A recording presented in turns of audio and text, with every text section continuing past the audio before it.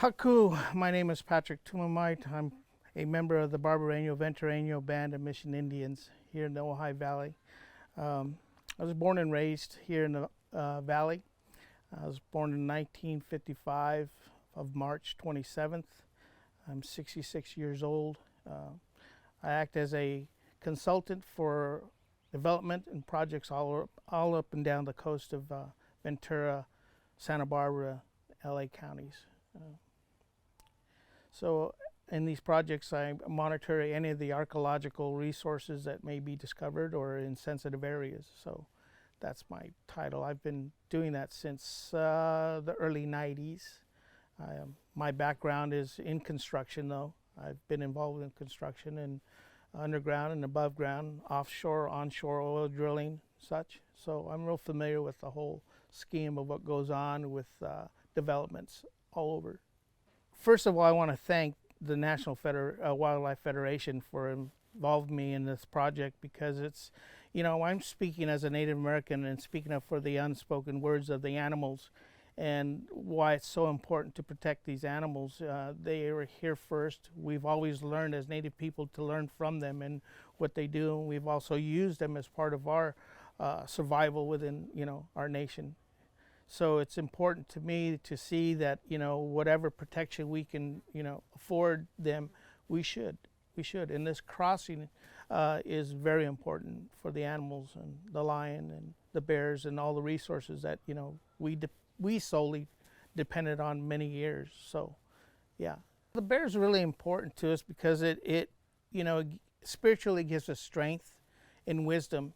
And, when that comes into circumstance, I mean, we have to follow our instincts, and that's what Native people do. Follow their instincts, follow their culture, follow the animals, and how would they, pursue, certain situations. And so with the bear being a representative of our clan, we hold that dearly, because they have taught us basically how to survive within situations that may occur in our life, and to be strong, to be wise, to follow our instincts. So yeah, it's very important that we follow through with those kind of instincts. Growing up in the Ojai Valley, we live right next door to the Ventura River. So when we were younger, we grew up in the lower part of Miners Oaks, which is a little township within Ojai, and it's right next to the Ventura River. So in growing up, we fished, we hunted, we did all the things that kids do back in the days when things weren't so stressed out. In growing up, I put that all aside, but I just sometimes we go down and hike within the trails down by the Ventura River. So yeah, and just the idea of being able to watch some of the animals, like here on the property, we get to watch the squirrels, the tree squirrels, the red tree squirrels. We have several coveys of quail that come into our yard. I once was cleaning up around the pool area, and I could feel something watching me from behind. And as I kind of sat up, I looked over my shoulder, and here's this black-tipped fox sitting up on this huge rock watching me. So those kinds of things are really, really touched me as, being a resident within a residential animal wildlife, So, and we've also had bear in the area and plenty of deer. We have raccoons, we have possums, we have plenty of birds. We have the Cooper hawk, we have the red-tailed hawk, so on and so forth. In fact, my neighbor here had a dog run where the gates were open. A red-tailed hawk flew into the dog run. So I heard some scuffling around, so I went next door to see what was going on, and here's this red-tailed hawk stuck inside this dog run. So I went to the neighbor and said, "Hey, Doug, you got a red-tailed hawk in there." And he says, "Yeah, I know. I tried to get it out," he says. So I said, "Well, here, wait a minute." So I went down to the garage, my garage, and I got a pair of welding gloves, So I went inside the cage, and he stood up with his wings and his claws, and I reached down and grabbed him by his talons. and picked him up, looked at him, gazed, and just in wonderment, as to, you know, letting him go. That was my next thing. So I let him go. He flew into a limb in the tree, in one of the oak trees, and looked at me and ruffled his feathers and then flew off. So it was a neat thing to have these kind of situations where it's wild and it's unpredicted, and it's nice to see that we're able to work with them, be around them, and have this nature of Mother Earth has supplied us. So yeah. Well, coexisting with animals. There's another story where a friend of mine that I worked for, he had right at the foothills of Ojai, he has a 3-story house, and his bedroom was at the 3rd floor. So one night he came down with the lights off, and he went down to his kitchen.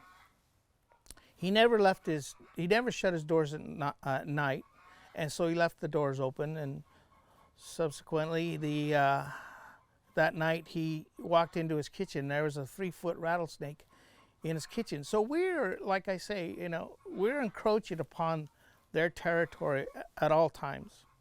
It's we have to work together. So eventually he moved the rattlesnake out. But we have to think that we're not the only ones that exist here. We're not the only animal that live here within our territories. So we have to work together. We have to be able to provide any protection because like life, it's all in a circle. Native American peoples have lived their lives from sun up to sundown, and that's where you get the symbol of the circle. And a lot of times that you see when you see Native American culture, you'll see the 4 directions: north, east, west, and south, and then you'll see the circle within. And what that pretty much represents is the idea that we have our brothers and sisters north, east, west, and south, and the circle of life. And so we have to think of that as being our culture, our nature within, because we're only here for temporary reasons, and we have to safeguard our brothers and sisters, the animals, and so on and so forth. I'm hopeful about the future, but it's trying to get people to understand just how important our nature is. And so the more you can bring it out there and present to the public, and like I say, we're only here for temporary reasons, and and it has to start from here, from voices, to be heard. And I think Native American people have that voice. It's just getting the politics involved, getting the things to Congress, and getting things to state and federal agencies and governments. Get them to understand and realize that, hey, they deserve that right. They were here long before us. And their voices need to be heard. We need to be their voice. So it's important, to, I think, each and every one that we speak up and try to protect those, that really don't have a voice, So it's the politics involved. We need to set a precedence and get the governments involved with trying to open up a whole new standard of way of protecting our animals and our culture and the resources within our culture. This is a good start to start working with and setting up organizations with Native American peoples to better understand the importance of protecting our wildlife. And I don't see too many of the those types of particular agencies or organizations that work with Native American people, and hopefully this will start something new. I mean, we've been here for 13,000 years or better, and we're still surviving, and we're still from year to year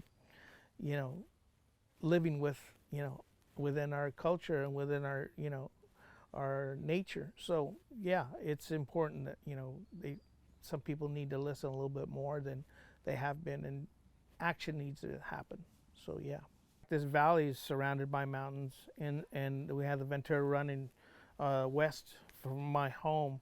And so you have, orchards, which bears love orchards, avocado orchards. And we have navel orange orchards all around this area. And the Ventura River runs right next to these orchards. And so you have plenty of food, as far as that's concerned, and water.